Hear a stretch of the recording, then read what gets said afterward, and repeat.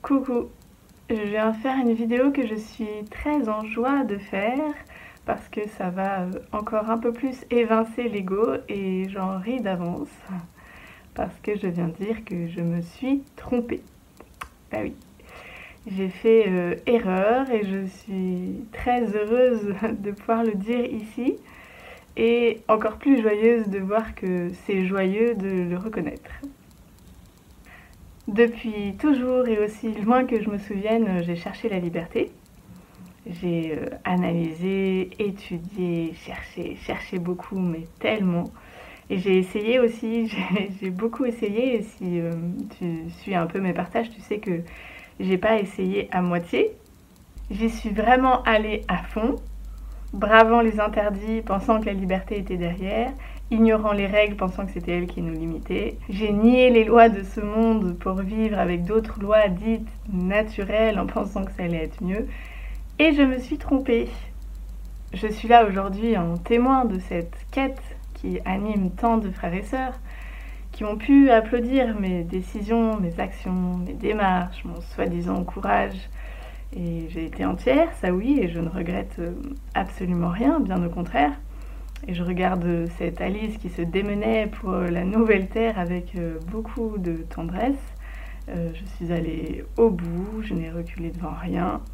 J'y croyais vraiment et j'ai continué en sachant quand même que la prison me pendait au nez et je suis effectivement allée derrière les barreaux. Et tout ça pour te dire de tout mon cœur que je me suis trompée. Alors j'ai peut-être ouvert un chemin, je suis allée débroussailler un peu à la machette pour pouvoir revenir et te dire que c'est une impasse. En anglais ça se dit dead end. Et c'est effectivement la mort qui est au bout parce que la vie est ailleurs. Alors j'ai peut-être été pionnière de quelque chose, je suis juste partie un peu devant pour pouvoir revenir et dire que c'est pas là la voie. Et que si tu cherches la même chose que moi, c'est-à-dire une vie de paix et d'amour, eh ben tu la trouveras jamais à l'extérieur. Et la preuve c'est que j'ai essayé, tu sais que j'ai essayé. Ça n'a pas marché. Alors bien sûr c'était joli sur le papier, hein, le paradis sur terre.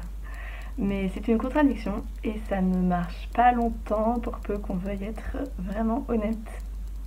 Donc j'ai passé ce temps de construction d'un nouveau monde à écarter les contradictions internes qui venaient grincer à mes oreilles, ne voulant pas trop regarder que je voulais l'unité en gardant de la division à l'intérieur de moi, que je prenais la paix en conservant des espaces en lutte, et que bon certes tout commence à l'intérieur de soi mais que quand même un petit environnement joli et bienveillant ça aiderait à trouver la paix et à la diffuser.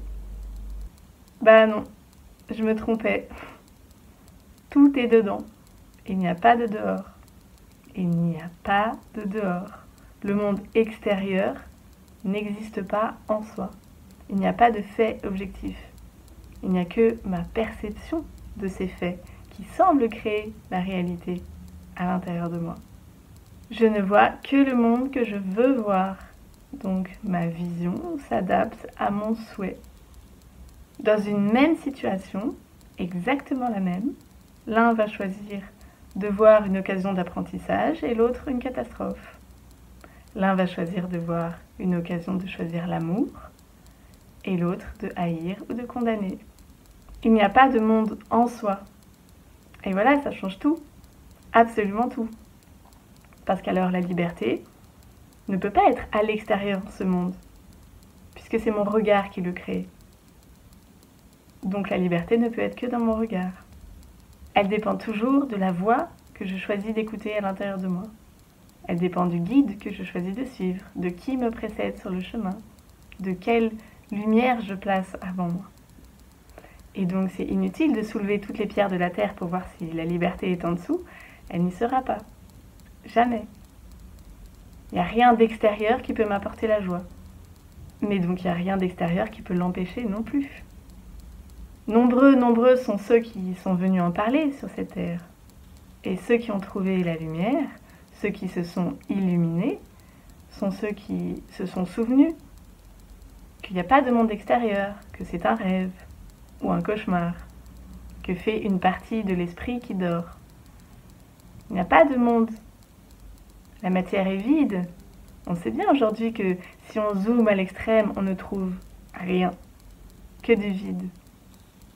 Mais alors, donner le pouvoir à l'extérieur, donc au vide, d'influencer sur ma joie et ma paix, c'est reconnaître ma petitesse et ma vulnérabilité.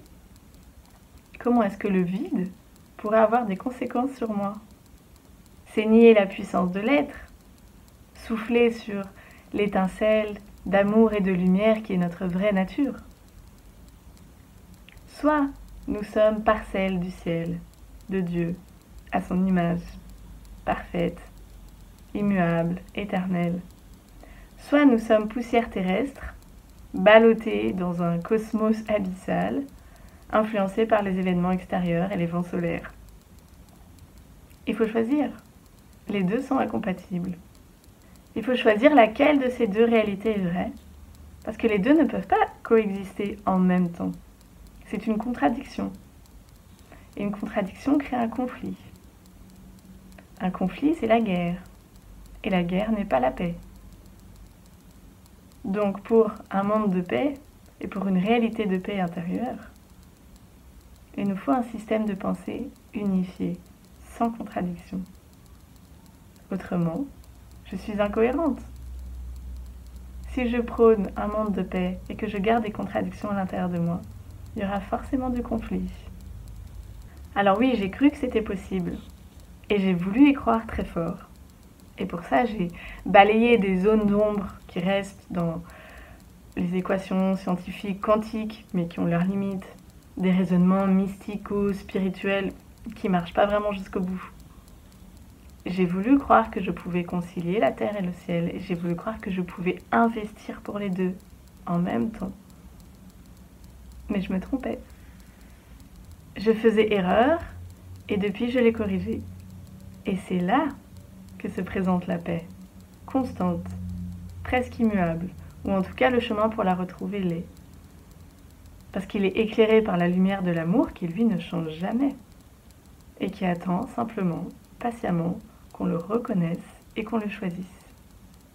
Les grands maîtres illuminés qui ont semblé fouler cette terre, qui ont trouvé la paix et la joie, l'ont fait en se souvenant qu'ils étaient entièrement lumière, uniquement, et que nous sommes tous voués à nous en souvenir un jour, et que aucun plaisir apparent de cette terre ne pourra jamais se substituer à la joyeuse plénitude de se souvenir qu'on est un au ciel, en amour, en permanence, quoi qu'il semble se dérouler pour nous ici-bas. Et tant que j'investis pour la terre, en pensant que je peux y trouver mon bonheur, tant que je crois que le monde extérieur peut me combler, ou même juste me contenter, je me fourvoie. Et le seul espace apparemment extérieur, ici-bas, qui peut apporter la joie, c'est la relation. C'est cette occasion de voir mon frère tel que j'ai envie de le voir, un au ciel, pur amour, pure lumière, sans qu'il n'y ait rien à faire, rien à changer. Et si je veux un monde d'amour, il ne peut pas y avoir d'exception. Si j'exclus un seul individu de cet amour, alors ça n'en est plus. Alors j'ai choisi la division. En croyant encore à des coupables, des indignes, des méchants, ça marche pas. Ça ne marche simplement pas. Donc, toute situation, toute relation, toute situation est une occasion de choisir à nouveau l'amour ou la division, pour être en cohérence avec ce qu'on dit qu'on veut vivre. Et de la cohérence vient la paix, parce qu'il n'y a plus de lutte intérieure entre deux systèmes de pensée qui s'opposent. Alors, on me pose souvent la question, et peut-être qu'un jour se présentera à nouveau un projet où soutenir l'art, la créativité, le vivre ensemble, mais peut-être pas. Et aujourd'hui, après 10 mois de prison, ça m'est complètement égal. Je peux aller vivre en pleine jungle urbaine ou tropicale. Je peux me retrouver dans une grande ville ou dans un désert. Ça m'est égal. Puisque les occasions de choisir seront les mêmes, l'enseignement sera le même, la question sera la même et la réponse, je veux qu'elle soit la même. Quoi qu'il semble se passer autour de moi. Alors j'ai peut-être fait ce chemin pour permettre à quelques-uns de prendre un raccourci Évidemment, t'as pas à me croire sur parole. Si tu me suis un peu, tu sais que j'ai quand même l'habitude de parler avec transparence et le plus d'humilité possible. Et là, c'est avec l'ego qui se tortille à l'intérieur et qui se contorsionne que je viens faire cette vidéo. Mais je peux te dire que la moindre revendication à l'intérieur, le moindre agacement, n'importe quel projet dans lequel tu investis en pensant que l'extérieur t'apportera le bonheur ou la liberté, eh ben ce ne sera pas le cas. Et c'est pas une mauvaise nouvelle, puisque la paix et l'amour, elle est encore plus près de tout ça, elles sont là, à l'intérieur. Sur le papier, la liberté n'est pas vraiment censée se trouver en prison, puisque c'est même le but de nous en priver. Et pourtant, la liberté de choisir la vision d'amour, elle y est bien, et à chaque instant. Et c'est la seule liberté qui existe, véritablement. Alors cet espace de partage, cette chaîne est aujourd'hui dédiée entièrement à la paix intérieure, un système de pensée unifié, qui accepte de regarder nos contradictions et de les écarter. Et envisager que peut-être la Terre est la plus grande des prisons et que la liberté est ailleurs. Honnêtement, qui ne s'est jamais senti emprisonné dans cette existence? Pour partager mon expérience et échanger, j'ai ouvert une première rencontre dans le 37 vers le 20 août pour connaître les modalités et les dates à venir. C'est sur le groupe de Telegram qui s'affiche en dessous ou en MP Telegram ou par mail pour être tenu au courant. Voilà, peut-être à bientôt. Je vous embrasse.